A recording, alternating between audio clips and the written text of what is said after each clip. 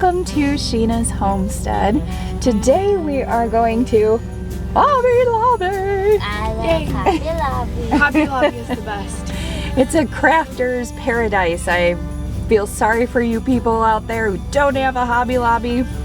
I apologize in advance because you are gonna be sitting there wishing you had one, but it is a really fun store, and we are headed out to our Hobby Lobby today to get some crafting supplies. The kids don't know exactly what we're doing, but I have a friend who lives in Canada and she makes the most beautiful ornaments. Her family has been making them for generations, and she did a little video to teach us how to make them, and I've been inspired and I want to make some too.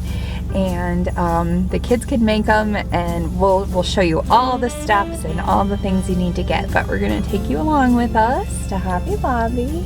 It's gonna be a good afternoon, right guys? Yeah. And it's snowing outside. We've got about an inch of snow, and the blizzard conditions are just perfect for our crafting. So anyway, come along with us and see how we spend a snowy afternoon. Icicles! Icicles!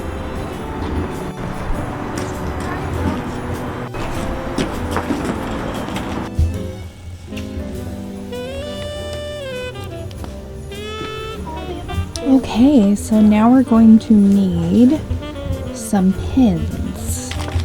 So they have to have like a flat top like this, but you can pick whatever color you like. So we might do a little assortment here. And lucky for us, they're half off. Yay!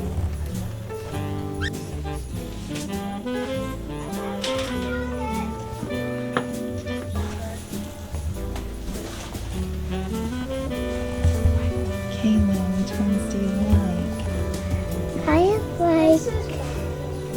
Maybe the Top. red and green, Okay, gold. I'll take this one. Okay. I'll take this one.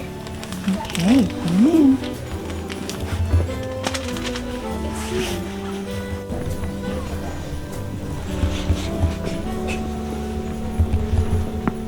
Okay, so now we're going to match these to our fabrics.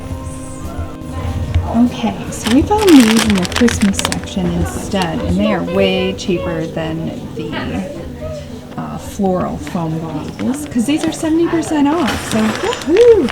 So we swapped for that. We got our fabric cut. We're ready. Alright, well, that escalated quickly. Hobby Lobby is 70% off Christmas stuff right now, and I did just have my gingerbread party, so I'm like crying tears of sadness that I didn't. About 20. I'm crying tears of sadness that I didn't get these earlier. On the 23, on the 23. But at least I'm getting them now, and we are going to have many, many more gingerbread decorating parties for years to come. So I've got these, and they are staying. My cart is full, and then these are all the things. Come on over here. And so we're really excited. I probably have more than I need, but that's okay, right? Look at that, that. All right, so we're super excited. We're gonna pay for all of this stuff. Pretty sure I'm in big trouble, but oh well. It's that time of year, right? It is. So come home with us and we'll get started on our ornaments.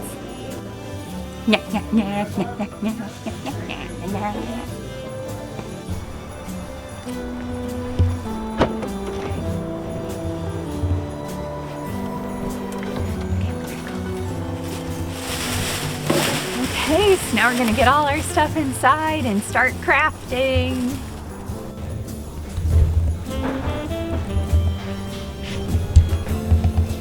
Okay, we are set up and ready to make these ornaments. I'm going to show you everything here, and then I'm going to show you how to do it.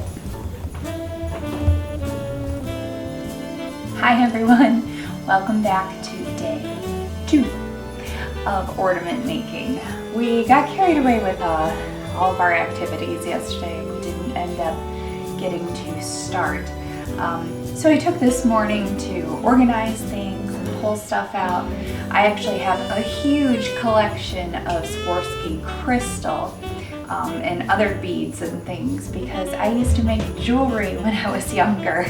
I was in my teens and I would make earrings and necklaces and bracelets and then sell them to local stores and they would sell them from there. So I have quite the collection of beads, as you already saw, and I'm just glad they're going to get put to good use.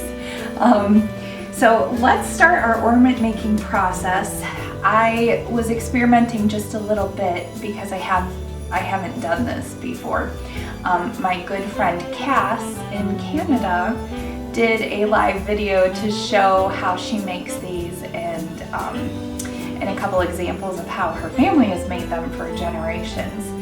So I've been watching her video over and over, trying to simulate what she did, and this is just the start. So it's going to be a satin backed ornament, and then we're going to use these pins and things with the beads to create a decorative pattern on top of that. So anyway, I'll go back to how I began.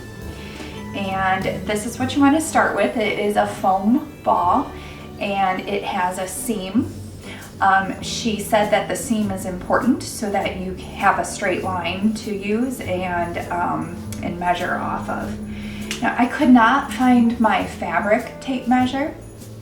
So I have this one which doesn't work the best, but we will make do. And then I've cut my fabric, but let me back up to show you. So if I take a pin, I have a regular flathead pin, and I'm just going to put it on the seam like this so that you can just use it as a marker. I take my tape measure, put it on the line, and bend it around. And I've already done this. The total circumference of this ball is 10 inches. So I'm going to take another pin at the halfway mark, right on the line, at 5 inches. Okay, so I'll put that down for a second and put this in a little straighter so you can see I have a pin at basically the north and south pole of the ball. And that's how we're going to get started. So then you want to cut your fabric larger than the 5 inches so that it fits all the way from one side to the other. So first thing to do, oh, and this is crepe backed satin that we got from Hobby Lobby yesterday. It is pretty thick and pretty durable, and I'm sure that's what we need for a project like this. So you can fold your fabric over so that you don't have the raw edge, and you are going to take it, oopsie, put it right back in there. Okay. So take it up to the north pole of your foam ball. You can pull the needle out or the pin out for 1 second while you place the top pin right back in, like that. And then you want to keep that fold and you want to pull it over the ball really tightly. So you can push that all the way in if you like. Put your ball down on the table and pull your fabric as hard as you can across that seam. Lift your pin up, put it right back in. So you have something that looks like this now. And then what you want to do is take your scissors and trim the extra off in a round cut, rounded cut, like so. And you want to do that at the other side as well. So, okay, so like this, rounded at the top and bottom. And then we are going to take another piece of fabric and do the exact same thing. So fold over the raw edge and take your pins. I'm sure you could use the same pin over for a couple rounds of fabric, but because this is my first time doing this, I'm not going to do that. I'm going to use a couple pins just so I can make sure it's nice and sturdy. Okay, so fold the top, put it right over the top of your other one. Put that pin in. And then keep the fold. And you want to pull it down. You want to try and flatten out any bumps.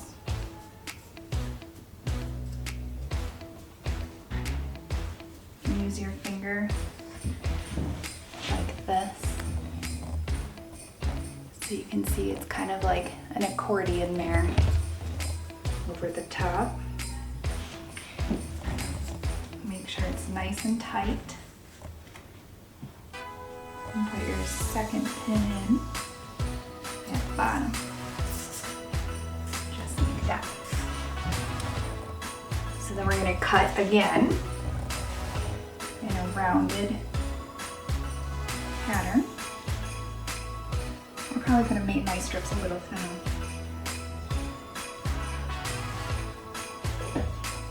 Okay. So then we repeat the process. We'll keep doing this all the way until the whole ball is covered.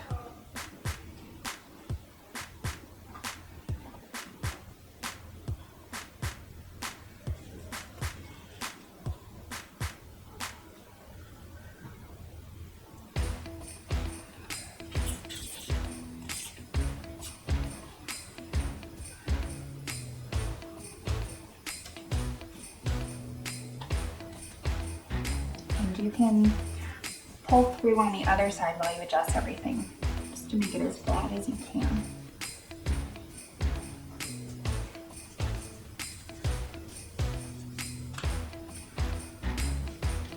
And then remember to pull super tight. And I do have a couple bumps in here, but I'm not super worried about it because we are decorating them with beads. When we're all done, but I'm sure I'll get better as time goes on with this. We're doing our best. Okay. Then do that baby really tight. Pop the pin in at the bottom. This is what we have so far.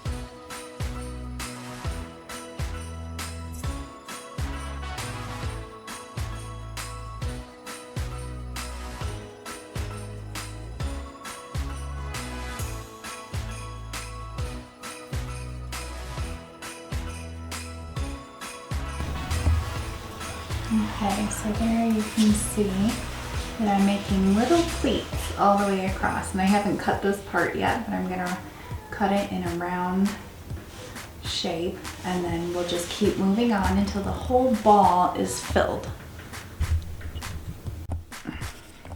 So take your fabric, make sure the raw edge is folded over,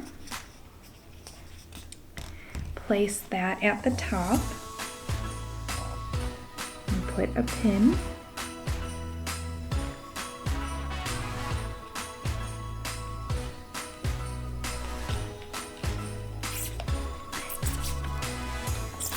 Like that. And then take this piece and fold it straight over your fabric. You want to make sure that it's equal to the other pieces you've already laid down. So we're going to go like this. And you can use your finger to adjust it. And you can pull a little too. And then pull that edge as tight as you possibly can, like that. And then take your pin at the bottom, stick that in. So each time we place a piece of fabric, we're creating a little pleat. And then you just cut like this in a rounded pattern here, all the way up.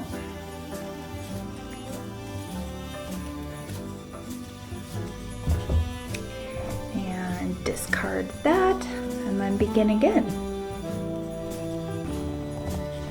Okay, so now we're at the very last piece, and my friend didn't include the end of her video because it was a short how-to. So I actually don't know how to finish this. So we're gonna experiment together on this. I wish there was a way I could tuck it into the first one, but that seems kind of impossible. Yeah, I can barely even get my finger under there because we did it nice and tight. Let's see, if I just tuck this under all the way through this raw edge, let's see what happens with that. And the truth is we're gonna put beads on this, so maybe that is how the last one goes. We just kind of cover it up in the end. Let's see. Okay. We're getting there with that. Dokey.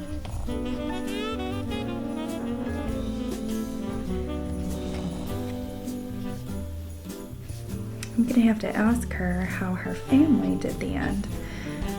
Although my best guess is this is kind of close to how they did it because her family covers the entire thing with beads. So sure you can't really tell.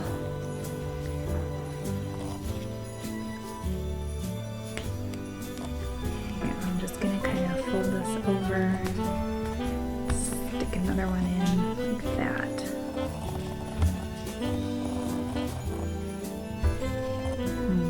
I am a perfectionist, so I'm not totally in love with the end result here, but I'm sure as I help the kids get through theirs, I will get better and better.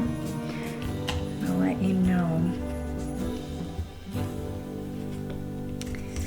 if I figure out any specialty things. So, okay, so this is our completed ball. It feels really cool, really neat. And I think if you just use your fingers, kind of straighten out some of the bumpy parts, you can even out the whole thing.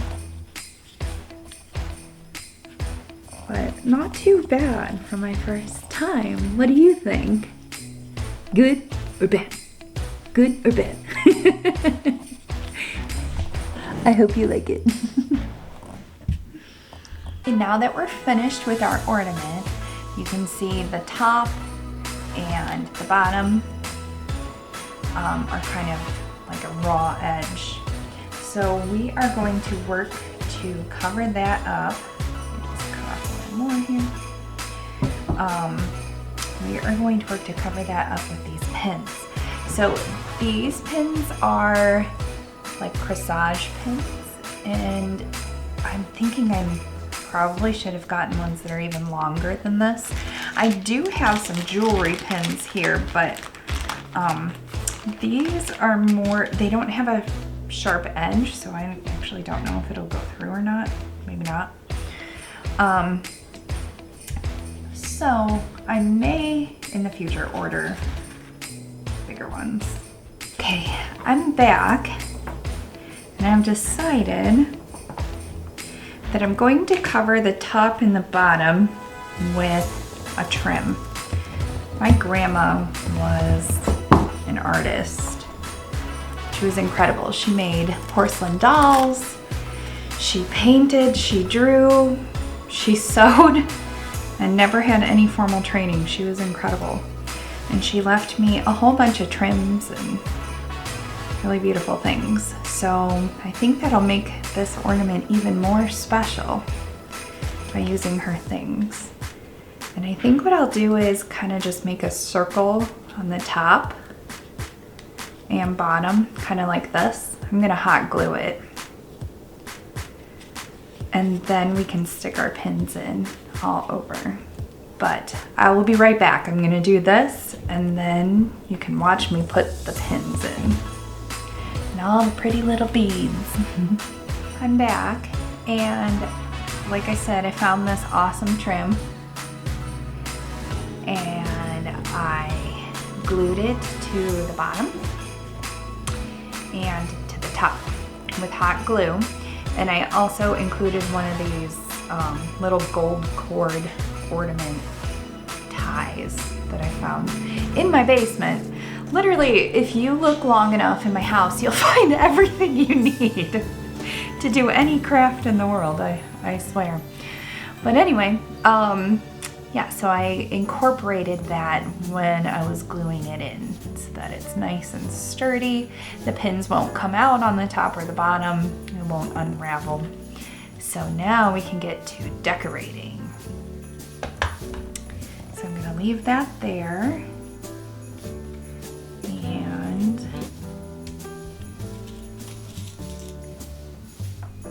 okay, so I have these. And I have some sequins, big and small. Oh, and medium too, look at that. And we can just begin to make a pattern. So I think for this one, I'm going to use I'm going to do a seed bead. Gold one like this. Ooh, they're so tiny. Come on, little guy. Hold on. Okay, so I have a seed bead. And then I have a crystal. Here you go, can you see that? Seed bead, crystal. And then I'm going to do a small sequin. Okay, and let's see how that looks.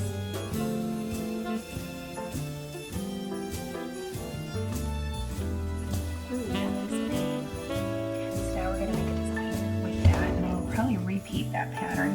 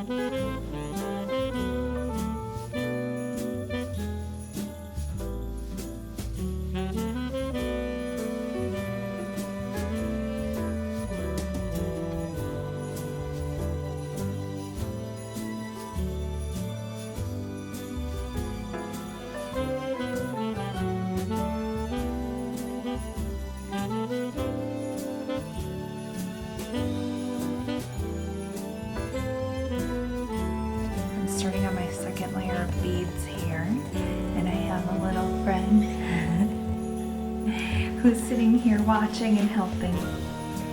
Yep.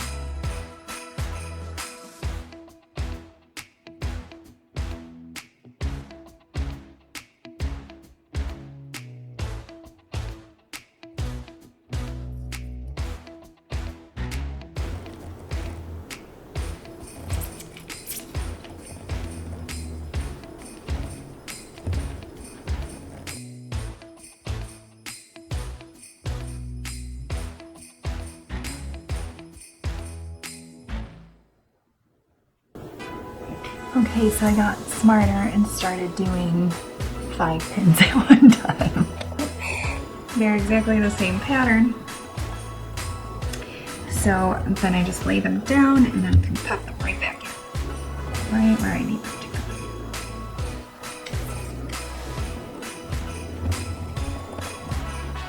And I'm just kind of lining them up in line with this row, but also with the row below it.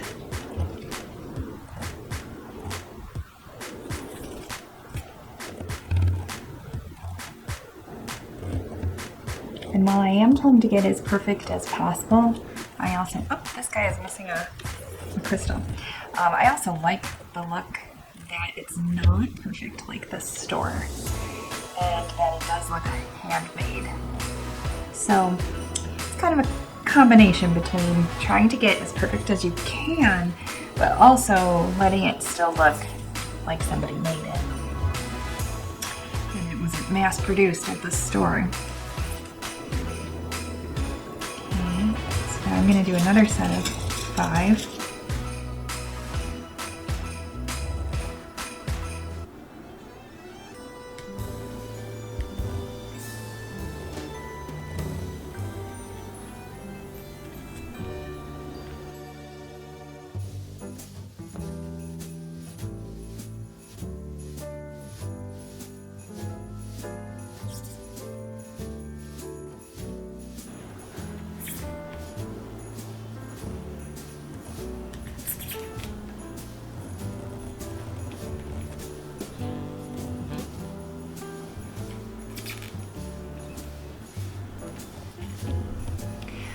I am done.